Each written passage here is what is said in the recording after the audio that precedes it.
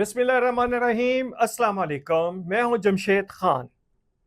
एक हालिया वाक़या इस्लामाबाद में पेश आया बेकरी के हवाले से, जिसमें चीफ जस्टिस के हवाले से जो खबर सामने आई, तो उस पर मुख्तलिफ राय जो थी वो सोशल मीडिया पे गर्दिश कर रही थी। किसी ने अच्छा कहा, किसी ने बुरा कहा, किसी ने मजम्मत की, किसी ने उनको तहजीब और जो है कुछ अखलाकियात का दर्स दिया पाकिस्तान तहरीक इंसाफ के कारकुनों को। लेकिन मसला ये है कि अगर उनका देखा जाए कि 2012-13 से जो उनकी हरकतें हैं, अगर उन पे एक नज़र डाली जाए, जो बीट रिपोर्टर थे अगर वो आपको बताना शुरू हो गए, तो जो एक पर्दा है अगर वो उठ गया, तो आप लोग हैरान परेशान हो जाएंगे।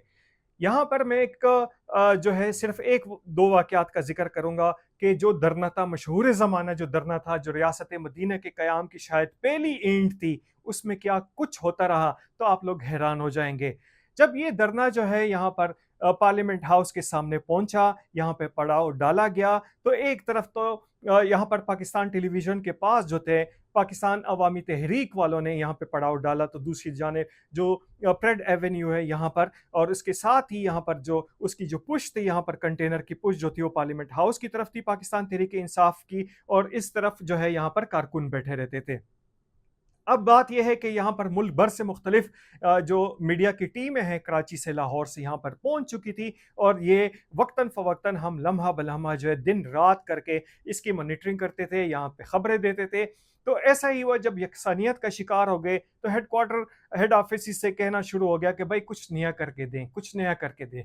तो एक सुबह मैं खड़ा था, एक हमारे बड़े अच्छे मशहूर एंकर हैं सलमान हैदर, वो खड़े थे, ज़िशान मलक साहब खड़े थे, एक वो भी एंकर है, बड़े नामी ग्रामी एंकर है। उसके साथ हमारे एक बड़े मशहूर टीवी चैनल के एग्जीक्यूटिव प्रोड्यूसर, जो अभी एग्जीक्यूटिव प्रोड्यूसर है, उस वक्त हमारे फील्ड प्रोड्यूसर थे, तो वो भी साथ खड़े थे। तो हमारा ड्राइवर जो है वो भागा भागा आया कि सर आए, आपको एक चीज़ दिखाते हैं। हम भी बड़े परेशान हुए कि पता नहीं उन्होंने क्या चीज़ देख ली। जब वहां पर गए और मौके पर देखे, तो हम एक दूसरे का मुंह देखने लगे। क्यों?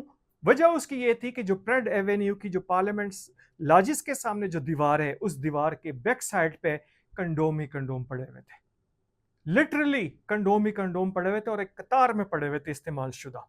अच्छा, इसको देख के हम चुप से हो गए, परेशान हो गए कि ये क्या है। दूसरे ही दिन यहाँ पर मुख्तलिफ जो है चिमगोइयाँ शुरू हो गई। कुछ अखबारात में सिंगल कॉलम, डबल कॉलम ये खबर भी छपी, कुछ सोशल मीडिया पे भी आई। सिर्फ ये था कि शायद ये झूठ है, लेकिन ये हकीकत थी, जो हम में से कई जर्नलिस्टों ने देखी, मौके पे देखी, कि वहां पे बकायदा तौर पे कंडोम इस्तेमाल शुदा पड़े होते थे। ये इनकी हालत थी, ये इसलिए आते थे वहां पे।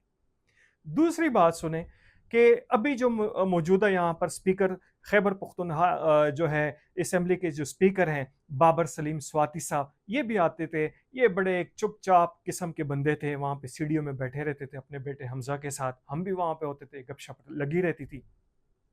एक दिन मैंने उनसे जिक्र किया कि बाबर साहब, ये आप देख रहे हैं आपके कारकुन यहाँ पे चर्स पी रहे हैं, शराबे पी रहे हैं, शराब के केन आ रहे हैं, तो समझाएं इनको, किसी को कहें। उन्होंने कहा जी मैं तो कुछ नहीं कर सकता, आप इस्लामाबाद के किसी करता धरता से बात कर लें।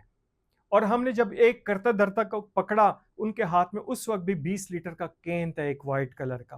तो हमने कहा कि भाईजान, आपके कारकुन ये कर रहे हैं, वो जेब नहीं देता, ऐसी चीजें उनको जेब नहीं देती। एक अच्छे मकसद के लिए बकौल आपकी यहाँ पे आप जमा हुए हैं, यहाँ पे लड़के जो है नशे कर रहे हैं, यहाँ पे चर्स पी रहे हैं, तो आप उनका कुछ करें। तो आगे से उनका जवाब आता है इस तरह कोट आगे करके कि आपने देसी पीनी है या इंग्लिश पीनी है। उसके बाद चरागों में रोशनी नहीं रही, हम भी चुप हो गए। ये हालत थी। और ये साहब जो है बाद में एक बड़े एक्टिविस्ट के तौर पर भी उभरे, रुकने कौमी असेंबली भी बने, और रुकने कौमी असेंबली के बाद भी ये हरकतें जारी रहीं। बात यह है कि आप लोग किससे मुकाबला कर रहे हैं, किसको अखलाकियात का दर्ज दे रहे हैं। हमने जो अपनी आंखों से 2012-13 में देखा, उसका अशर अशीर भी मैं आपको नहीं बता रहा। यहाँ पर जो सहाफ़ियों पे गुजरी, जो आमिल सहाफ़ियों पे गुजरी, किस तरह उनकी बीट चेंज की गई, उनको नौकरियों से फारिग किया गया, वो भी एक पूरी दास्तान है। वो हम आपको एक अलग व्लॉग में बताएंगे। लेकिन इस वक्त अखलाकियात का दर्स मैं तो कहता हूँ कि इनको देना ही नहीं चाहिए। इनको सिर्फ एक डीजे चाहिए, म्यूजिक का प्रोग्राम चाहिए, इनको कोई विजन नहीं चाहिए। उनको अपनी मुस्तकबिल की कोई परवाह नहीं है। खैबर पुख्तनख्वा में तीसरा टेन्योर है कि यहाँ पर पाकिस्तान तहरीक इंसाफ उस पर काबिज है। मैं काबिज का लफ्ज़ इस्तेमाल कर रहा हूँ, लेकिन इसके बावजूद मुझे हैरत है कि वहाँ के नौजवान जो है ये नहीं पूछते कि हमारा मुस्तकबिल क्या है। हर दूसरे हफ्ते यहाँ पर जो है खैबर पुख्तनख्वा के वज़ीर आला उनको के लेके आते हैं, यहाँ पर उनको फिर सड़कों पे छोड़ देते हैं मारने के लिए, और खुद चले जाते कभी केपीके हाउस में और कभी वापसी का रास्ता नाप लेते हैं। लेकिन कोई जुर्रत नहीं कर रहा कि इस वक्त जो अमन अमान की सूरत हाल है, इस वक्त जो बेरोजगारी की सूरत हाल है, इस वक्त जो इकानमी की सूरत हाल है, इस हवाले से क्या विजन है पाकिस्तान तहरीक इंसाफ का खैबर पुख्तनख्वा में। सिर्फ चलो चलो इस्लामाबाद चलो, चलो चलो इस्लामाबाद चलो, चलो चलो लाहौर चलो, जिसमें तमाम सूबे के वसाइल को इस्तेमाल किया जाता है, तमाम सूबे को यतीम करके रखा हुआ है, कोई पूछने वाला नहीं है। इसलिए अगर इनको इसी हालत में दे दिया जाए, इसी हालत में छोड़ा जाए, तो मुल्क की तबाही है। हम और इससे ज़्यादा और कुछ नहीं कह सकते। जो बात भी हमने की यहाँ पर उसके सबूत भी मौजूद हैं और उसके गवाह भी मौजूद हैं। मेरा ख्याल में आज तक इतना ही काफ़ी है। इजाज़त दीजिए। अल्लाह हाफ़िज़।